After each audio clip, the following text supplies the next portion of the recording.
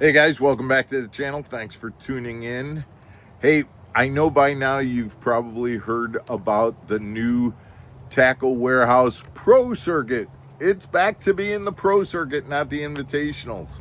And it's been a lot of talk about it. There's been a lot of talk about it. I tell you what, my phone's been ringing off the hook with guys talking about this because there's a lot of positives going on with the Major League Fishing, what used to be the Invitationals is now it's the Pro Circuit.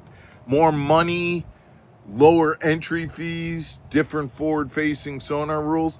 And guys, I spoke with Kevin Hunt, tournament director, today about how they're going to deal with that forward-facing sonar rules. We're going to talk about all of that when we come back. Stick around, guys.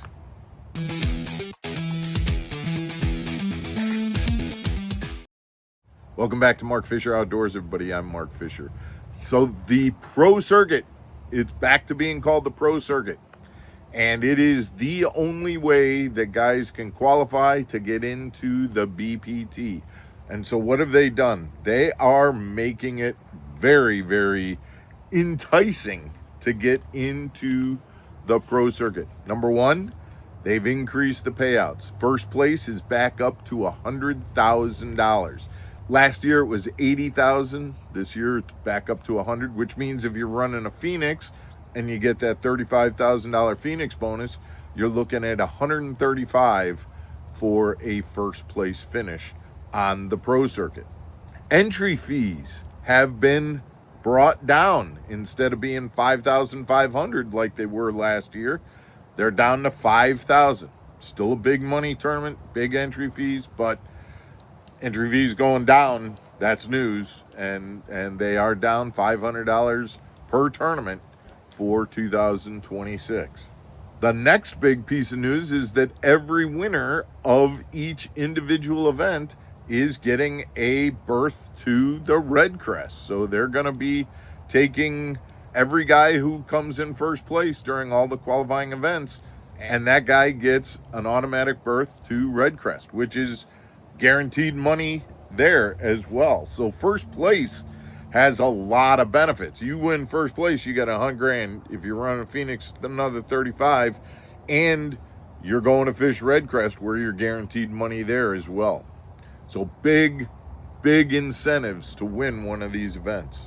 The next thing that they've done to make things better is 50 guys are going to the no entry fee championship for next year. This year they said we're going to take a third of the field, and so it really depended on how many guys fished during the season. They ended up taking 36. Next year it's a guaranteed 50 regardless of how many people fish each event. So 50 guys are going to the championship next year. And then the next rule change that they did that again is for the betterment of the anglers is they're taking the top 5 guys to the BPT without any double qualification requirements or restrictions. So this year we had Bobby Lane who qualified, who was already in the BPT. And so instead of 5 guys going, really only 4 guys were invited because Bobby was already on it. That double qualifying restriction won't be in place next year. And so I assume that what that means is there'll be the ability to roll down.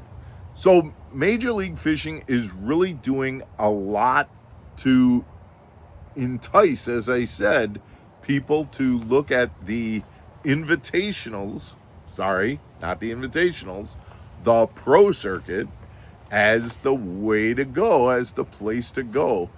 Now, here's the biggest thing, and that is the new forward-facing sonar rules. It's not a big change, but it's somewhat of a change. We used to fish where it was one day using forward-facing, Saturday was without, Sunday was back with it.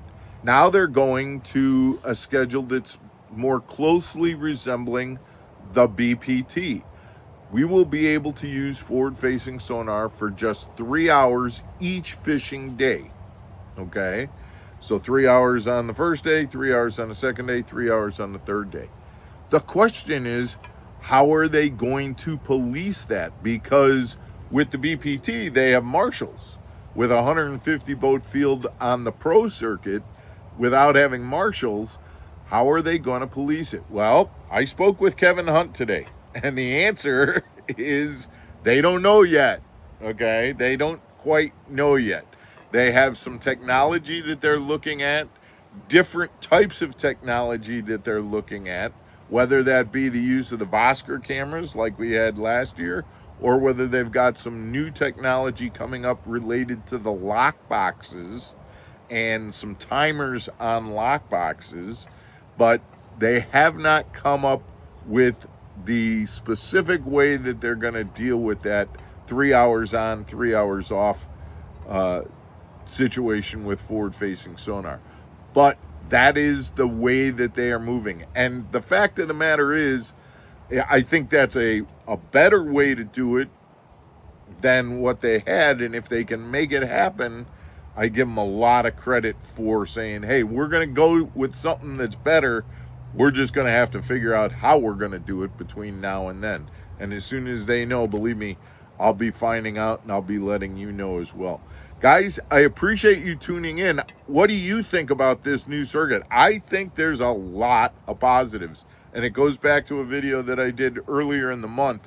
Major League Fishing is moving in the right direction, in my opinion. They are doing the things that they need to do to stay with what's working, improve the things that they know are working, but make them even better, and not going and changing directions 180 just to change and see what sticks on the wall. I really, really think they're heading in the right direction. Guys, I'm curious as to what your thoughts are. Please send me your comments. If you haven't, hit that subscribe button and hit that notification button. We put out content Monday through Friday. If you don't have that notification button pressed, you don't know when the stuff comes out. So make sure you hit that notification button, send us your comments, hit the subscribe button. We appreciate it, and we will see you again tomorrow for another episode of Mark Fisher Outdoors. Take care, everybody.